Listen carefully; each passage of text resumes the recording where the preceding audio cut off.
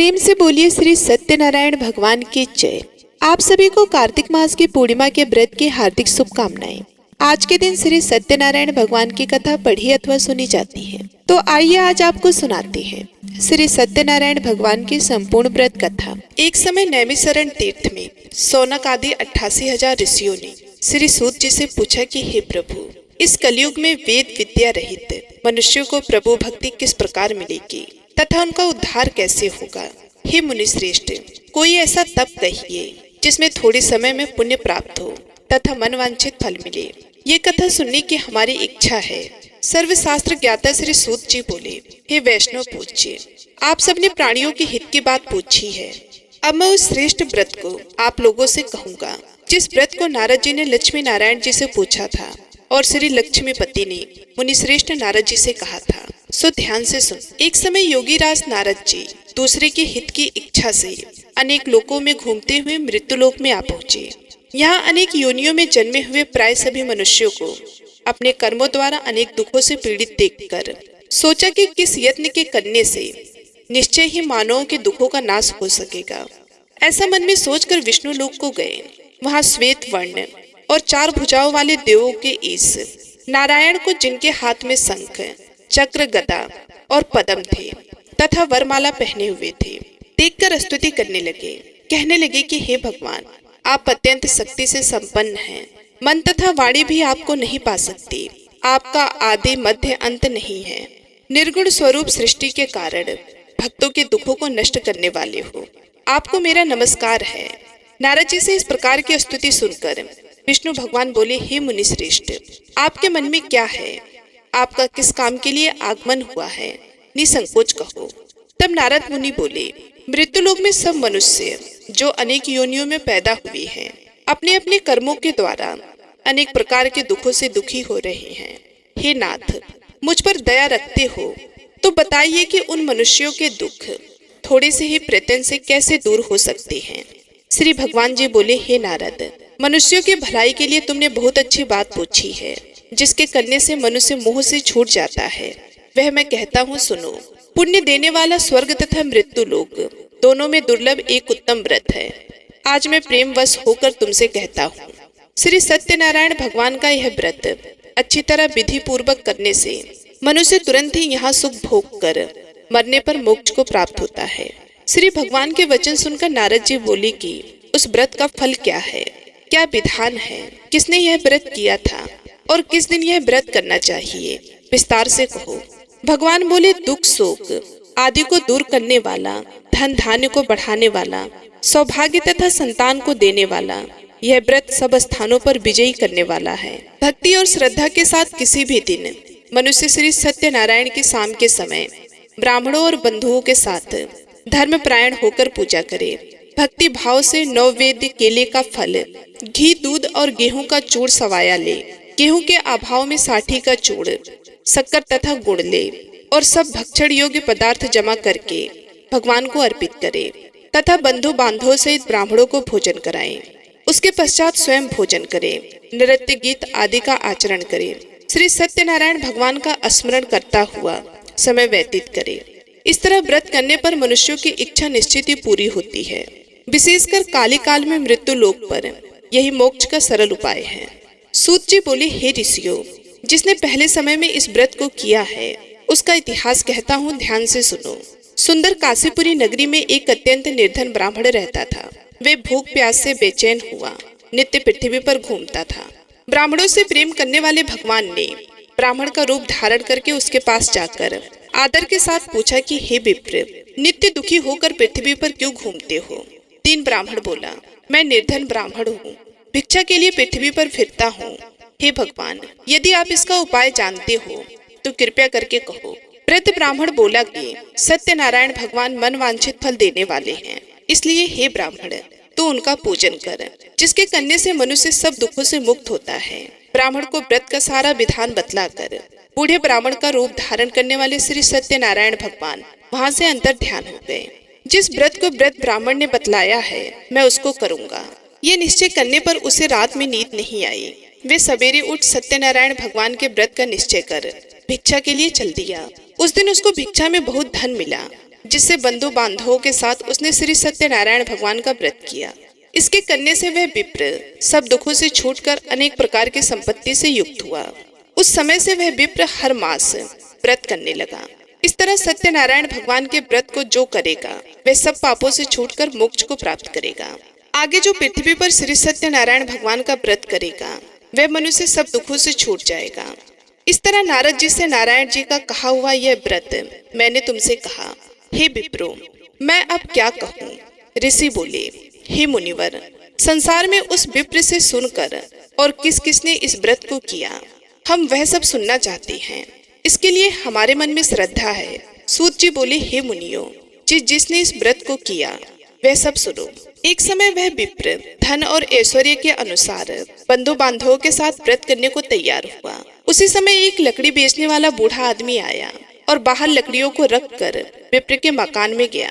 प्यास से दुखी लकड़हारा उनको व्रत करते देखकर विप्र को नमस्कार कर कहने लगा कि आप ये क्या कर रहे हैं और इसके करने से क्या फल मिलता है, कृपया मुझसे कहो। ब्राह्मण ने कहा, सब मनोकामनाओं को पूरा करने वाला यह श्री सत्यनारायण भगवान का व्रत है। इसकी ही कृपा से मेरे यहाँ धन धान्य आदि की वृद्धि हुई है। विप्र से इस व्रत के बारे में जानकर लकड़हारा बहुत प्रसन्न हुआ। चरणामृत ले और प्रसाद खाने के बाद अपने घर को गया। लकड़हारे ने अपने मन में इस प्रकार का संकल्प किया कि आज ग्राम में लकड़ी बेचने से जो धन मिलेगा उसी से श्री सत्यनारायण भगवान का उत्तम व्रत करूंगा। यह मन में विचार कर वह बूढ़ा आदमी लकड़ियां अपने सिर पर रखकर जिस नगर में धनवान लोग रह रहे थे ऐसे सुंदर नगर में गया।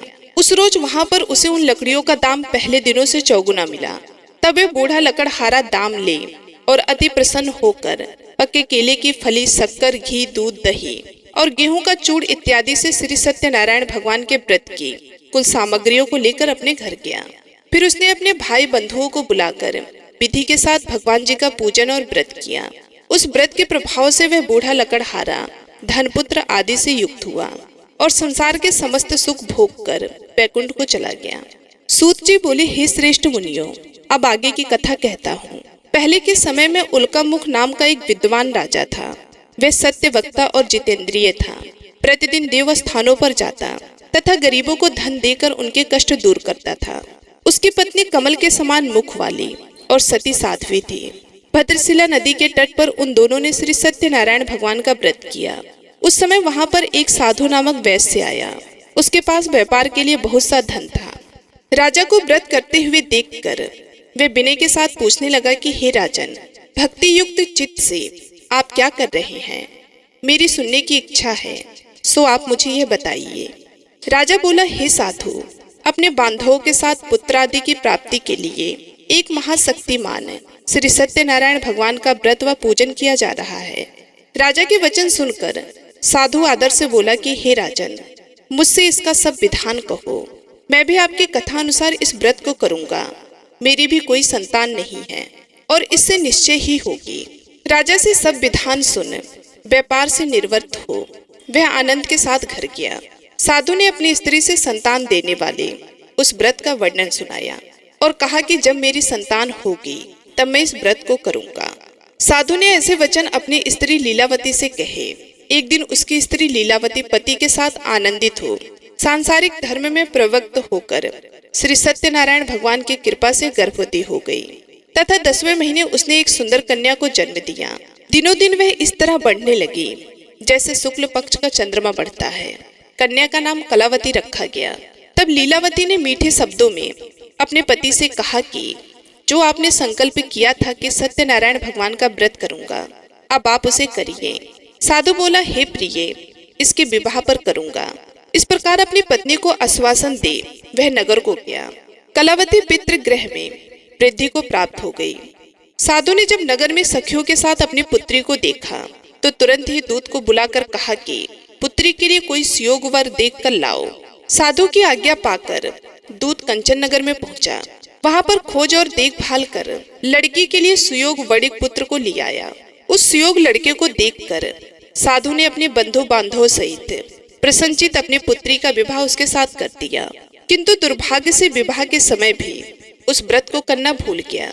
तब श्री सत्यनारायण भगवान क्रोधित हो गए और श्राप दिया कि तुम्हें दारुण दुख प्राप्त होगा। अपने कार्य में कुशल साधु बनिया जमाता सहित समुद्र के समीप स्थित होकर रत्नसारपुर नगर में गया और वहां दोनों ससुर जमाई चंद्रकेतु राजा के उस नगर में व्यापार करने लगे।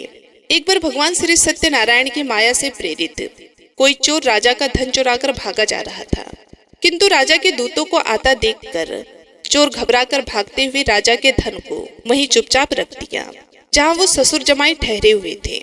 जब दूतों ने उस साधु वैश्य के पास राजा के धन को रखा देखा तो दोनों को बांध कर ले गए और प्रसन्नता से दौड़ते हुए राजा के समीप जाकर बोले, यह दो चोर हम पकड़ कर लाए हैं, देखकर आज्ञा दे। तब राजा की आज्ञा से उनको कठिन कारावास में डाल दिया गया और उनका धन छीन लिया गया। श्री सत्यनारायण भगवान के श्राप द्वारा उनकी पत्नी भी घर पर बहुत दुखी हुई और घर पर जो धन रखा था चोर चुरा कर ले गए। शारीरिक व मानसिक पीड़ा तथा भूख प्यास से अति दुखी हो अन्य के चित्त में कलावती एक ब्राह्मण के घर गई। वहां उसने श्री सत्यनारायण भगवान का व्रत होते देखा, कथा सुनी तथा प्रसाद ग्रहण कर रात को घर आई। माता ने कलावती से कहा कि हे पुत्री, अब तक तू कहाँ थी, तेरे मन में क्या है? कलावती बोली, हे माता, मैंने एक ब्राह्मण के घर श्री सत्यनारायण भगवान का व्रत देखा है। कन्या के वचन सुनकर लीलावती भगवान की पूजन की तैयारी करने लगी। लीलावती ने परिवार और बंधुओं सहित श्री सत्यनारायण भगवान का पूजन किया और वर मांगा कि मेरे पति और दामाद शीघ्र आ जाएं। साथ ही प्रार्थना की कि हम सबका अपराध क्षमा करो। श्री सत्यनारायण भगवान इस व्रत से संतुष्ट हो गए और राजा चंद्रकेतु को स्वप्न में दर्शन देकर कहा कि हे राजन, दोनों वैश्यों को प्रातः ही छोड़ दो और उनका सब धन जो तुमने ग्रहण किया है उसे दे दो, नहीं तो मैं तेरा धन राज्य पुत्रादि नष्ट कर दूंगा। राजा से ऐसा वचन कहकर भगवान वहां से अंतर ध्यान हो गए। प्रातःकाल राजा चंद्रकेतु ने सभा में अपना स्वप्न सभी को सुनाया। फिर दोनों वणिक पुत्रों को कैद से मुक्त कर सभा में बुलाया। दोनों ने आते ही राजा को नमस्कार किया। राजा मीठे वचनों में बोला, हे महानुभाव, भाग्यवश ऐसा कठिन दुख तुम्हें प्राप्त हुआ है, अब तुम्हें कोई भय नहीं है। ऐसा कहकर राजा ने उनको नए नए वस्त्राभूषण पहनाए तथा उनका जितना धन लिया था उसको दोगुना धन देकर आदर से विदा किया। दोनों वैश्य अपने घर को चल दिए। सूत जी बोले, वैश्य ने मंगलाचार करके यात्रा आरंभ की और अपने नगर को चल दिए। उनके थोड़ी दूर निकलने पर डंडी भेषधारी श्री सत्यनारायण ने उनसे पूछा, हे साधु, तेरी नाव में क्या है? अभिमानी वणिक हंसता हुआ बोला, हे डंडी, आप क्यों पूछते हो? क्या धन लेने की इच्छा है? मेरी नाव में तो बेल और पत्ते भरे हैं। वैश्य का कठोर वचन सुनकर श्री भगवान ने कहा, तुम्हारा वचन सत्य हो। डंडी ऐसा कहकर वहां से चले गए। कुछ दूर जाकर समुद्र के किनारे बैठ गए। डंडी के जाने पर वैश्य ने नित्य क्रिया करने के बाद नाव को ऊंची उठी देखकर अचंभा किया तथा नाव में बेल पत्ते आदि देखकर मूर्छित हो जमीन पर गिर पड़ा। मूर्छा खुलने पर अत्यंत शोक प्रकट करने लगा। तब उसका दामाद बोला, आप शोक ना करें, यह डंडी का श्राप है, अतः उनके शरण में चलना चाहिए, तभी हमारी मनोकामना पूरी होगी। दामाद के वचन सुनकर वह डंडी के पास पहुंचा और अत्यंत भक्ति भाव से नमस्कार करके बोला, मैंने जो आपसे असत्य वचन कहे थे उनको क्षमा करो। ऐसा कहकर महान शोकातुर हो रोने लगा। तब डंडी भगवान बोले, हे वणिक पुत्र, मेरी आज्ञा से बार बार तुम्हें दुख प्राप्त हुआ है, तो मेरी पूजा से विमुख हुआ। साधु बोला, हे भगवान, आपकी माया से ब्रह्मा आदि देवता भी आपके रूप को नहीं जानते, तब मैं अज्ञानी कैसे जान सकता हूँ? आप प्रसन्न होइए, मैं सामर्थ्य के अनुसार आपकी पूजा करूंगा, मेरी रक्षा करो और पहले के समान नौका में धन भर दो। उससे भक्ति युक्त वचन सुनकर भगवान प्रसन्न हुए। उसकी इच्छा अनुसार वर देकर अंतर ध्यान हो गए। तब उन्होंने नाव पर आकर देखा कि नाव धन से परिपूर्ण है। वे श्री सत्यनारायण भगवान का पूजन कर साथियों सहित अपने नगर को चला। जब अपने नगर के निकट पहुंचा तब दूत को घर भेजा।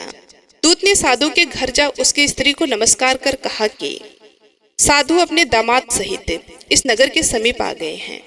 ऐसा वचन सुन साधु की स्त्री ने बड़े हर्ष के साथ श्री सत्यनारायण का पूजन कर पुत्री से कहा, मैं अपने पति के दर्शन को जाती हूँ, तू कार्य पूर्ण कर शीघ्र आ।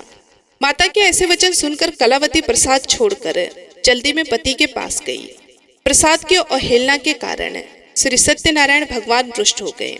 उसके पति को नाव सहित पानी में डुबो दिया। कलावती अपने पति को ना देखकर रोती हुई जमीन पर गिर गई।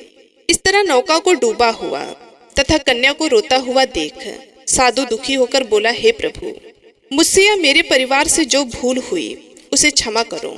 उसके दीन वचन सुनकर श्री सत्यनारायण भगवान प्रसन्न हो गए और आकाशवाणी हुई कि हे साधु, तेरी कन्या मेरे प्रसाद को छोड़कर आई है, इसलिए उसका पति अदृश्य हुआ है।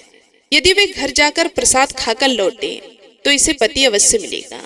ऐसी आकाशवाणी सुनकर कलावती घर पहुंचकर प्रसाद खाई, फिर आकर पति के दर्शन किए। तत्पश्चात साधु ने बंधु बांधवों सहित श्री सत्यनारायण भगवान का विधि पूर्वक पूजन किया। इस लोक का सुख भोग कर अंत में स्वर्ग लोक को गया। सूत जी बोले, हे ऋषियों, मैं और भी कथा कहता हूँ, सुनो। प्रजा पालन में लीन तुंगध्वज नाम का एक राजा था। उसने भी भगवान का प्रसाद त्याग कर बहुत दुख पाया।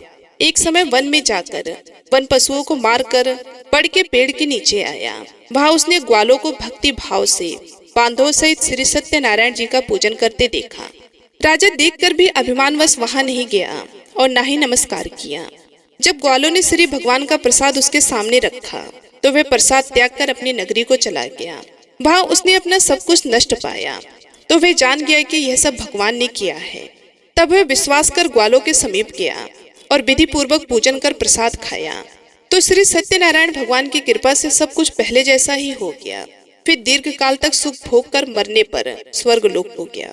जो मनुष्य परम दुर्लभ व्रत को करेगा, भगवान की कृपा से उसे धन धान्य की प्राप्ति होगी। निर्धन धनी और बंदी बंधन से मुक्त होकर निर्भय हो जाता है।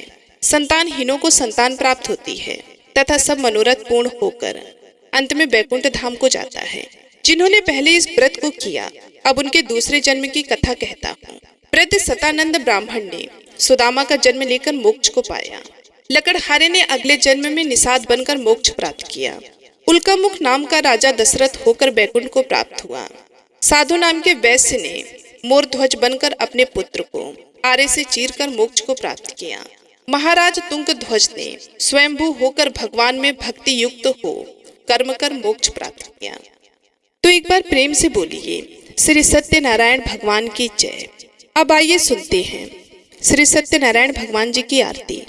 ओम जय लक्ष्मी रमणा स्वामी, जय लक्ष्मी रमणा, सत्यनारायण स्वामी जन पातक हरणा। ओम जय लक्ष्मी रमणा, रत्न जड़ित सिंहासन अद्भुत छबिराजे, स्वामी अद्भुत छबिराजे। नारद करत निरंजन, नारद करत निरंजन, घंटा ध्वनि बाजे। ओम जय लक्ष्मी रमणा, प्रगट भये कलि कारण, दिज को तरस दियो, स्वामी दिज को तरस दियो। बूढ़ो ब्राह्मण बन कर, बूढ़ो ब्राह्मण बन कर, कंचन महल कियो। ओम जय लक्ष्मी रमणा, दुर्बल भील कठारो, जिन पर कृपा करी, स्वामी जिन पर कृपा करी।